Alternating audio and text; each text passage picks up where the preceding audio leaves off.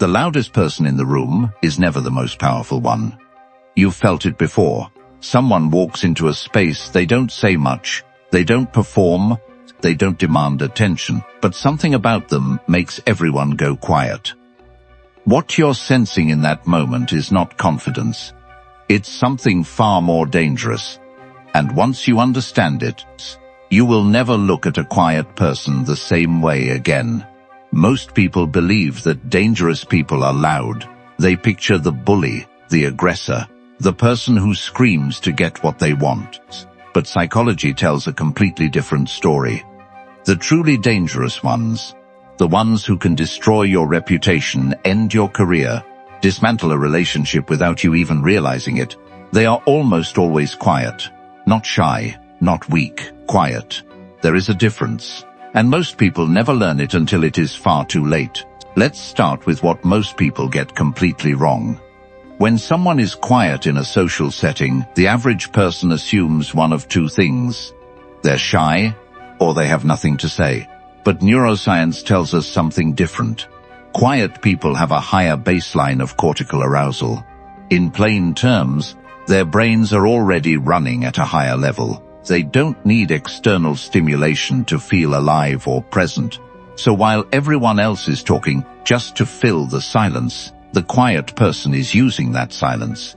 They are studying, they are calculating, they are watching your face when you think absolutely no one is paying attention. Carl Jung once said that the most powerful among us are those who have learned the language of silence. Think about the most powerful figures in history. Lincoln was notoriously quiet before he spoke. Even in nature, the lion doesn't announce its presence. It moves silently, and then it strikes. The ones who talk the most are usually still processing out loud. The quiet ones have already processed everything. They are simply waiting. Think back to school. There was always that one person, didn't say much in class, didn't need to be part of every group, just sat back and watched. And then one day, something happened, a conflict, a debate, a moment that required real power. And that quiet person said something. Just the whole room shifted. You didn't understand why at the time, but now you do. They had been watching for months. They knew exactly who was insecure, who was performing, who was pretending to be something they weren't. And when the moment finally came, they had all the information they needed. That is not luck, that is strategy. Here is one of the most dangerous psychological traits a quiet person carries. Emotional control. When you insult someone and they explode, they have handed you their power. They have shown you exactly where their wounds are. They have essentially told you, push here, and I fall apart.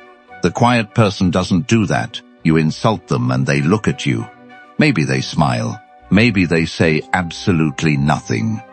And that terrifies people, because what you actually want when you provoke someone is a reaction. A reaction means you have power over them. When someone gives you silence instead, your mind goes into panic. Did it land? Did they even care? Are they planning something?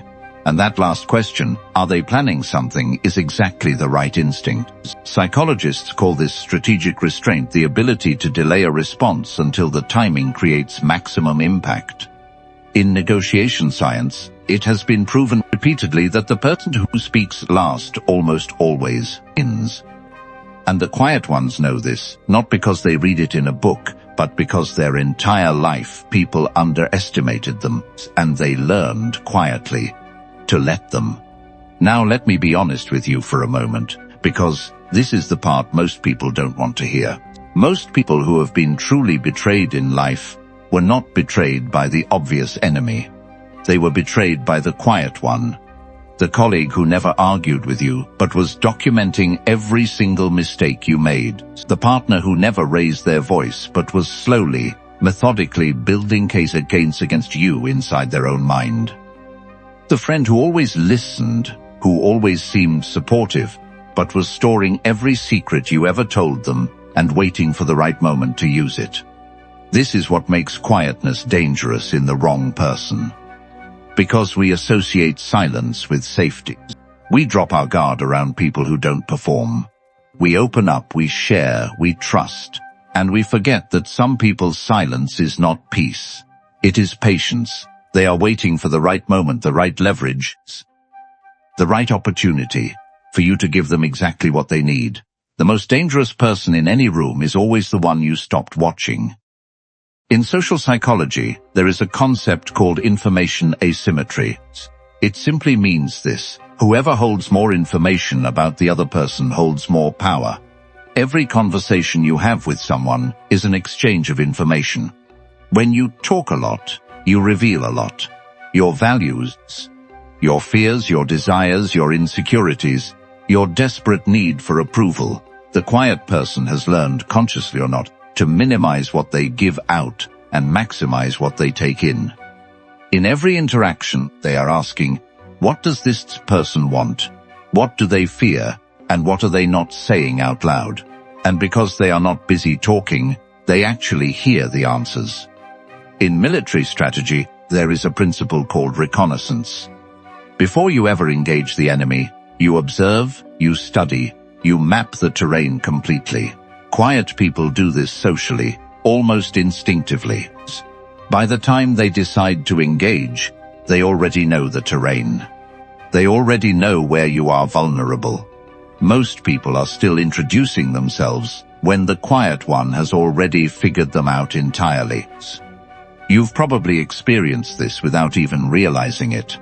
You're at work, there's a conflict within the team, people are getting loud and emotional and political about it, and there is one person who sits quietly through all of it, watching, occasionally asking a single precise question, but never showing their hand. And 6 months later, that person gets the promotion. Or they're the one who wasn't let go when cuts were made. Or they're the one everyone suddenly looks to when things fall apart. Why? Because while everyone else was busy performing, they were building knowledge, building alliances, building leverage, quietly, patiently, dangerously. So what do you actually do with all of this? First, learn to recognize them. The quiet, dangerous person has specific tells. They ask far more questions than they ever answer. They never over-explain themselves. They are completely comfortable with silence when everyone else around them is not. They almost never react emotionally in the moment, but you will feel the consequences of crossing them much later. They remember everything, and they almost never show you their full hand. When you meet someone like this, do not mistake their silence for submission. Do not mistake their calm for weakness or comfort. And do not give them more information than the situation actually requires. Second, and this is the part most people skip entirely, learn from them. The reason quiet people carry so much power is not because they were born different, it is because they trained themselves. They understood that not every thought needs to be spoken, that not every provocation deserves a response. That information is currency, and like all currency, the less you spend it carelessly, the wealthier you become. You want more respect in your relationships? Talk less. You want people to stop underestimating you at work? Stop explaining yourself so much. You want someone to stop disrespecting you? Stop reacting to them. The moment you go truly strategically quiet, you will feel the shift. People will start wondering what you're thinking. They will become self-conscious. They will start trying to earn your attention rather than take it. Because in a world this full of noise, silence has become the rarest and most powerful currency that exists now. I want to be clear about one important thing. Not every quiet person is dangerous. Some people are quiet because they are genuinely humble. Some because they are still healing from something they haven't spoken about. But there is a shadow side to this that you need to understand. In dark psychology, the most predatory individuals, the narcissists, the sociopaths, the calculated manipulators, almost always operate quietly. Because manipulation requires patience, and real patience requires silence. They don't announce what they want from you. They don't reveal their true face. They study you carefully. They identify what you need most. And then they become exactly that, temporarily, until they have taken what they came for. The difference between a quiet, powerful person and a quiet predator comes down to one thing: intention. The powerful, quiet person uses their observation to protect themselves and move forward. The predatory, quiet person uses it to exploit others and take what was never theirs. And the way you tell them apart is always over time. Watch what they do with what you share with them. Watch whether they protect your vulnerability or eventually weaponize it. Watch whether their silence makes you feel safe and understood, or quietly, persistently uneasy. Your instincts always know the difference. Most people simply choose not to listen. Here is the final truth I want you to carry with you long after this ends. In every room you walk into for the rest of your life, scan for the quiet ones. Not with fear, with awareness. Because the person who has nothing to prove is usually the one who has already proven everything. The person who doesn't need to be the loudest voice in the room is usually the one whose words carry the most weight when they finally speak. Power doesn't announce itself. It never has. The lion doesn't roar before it hunts.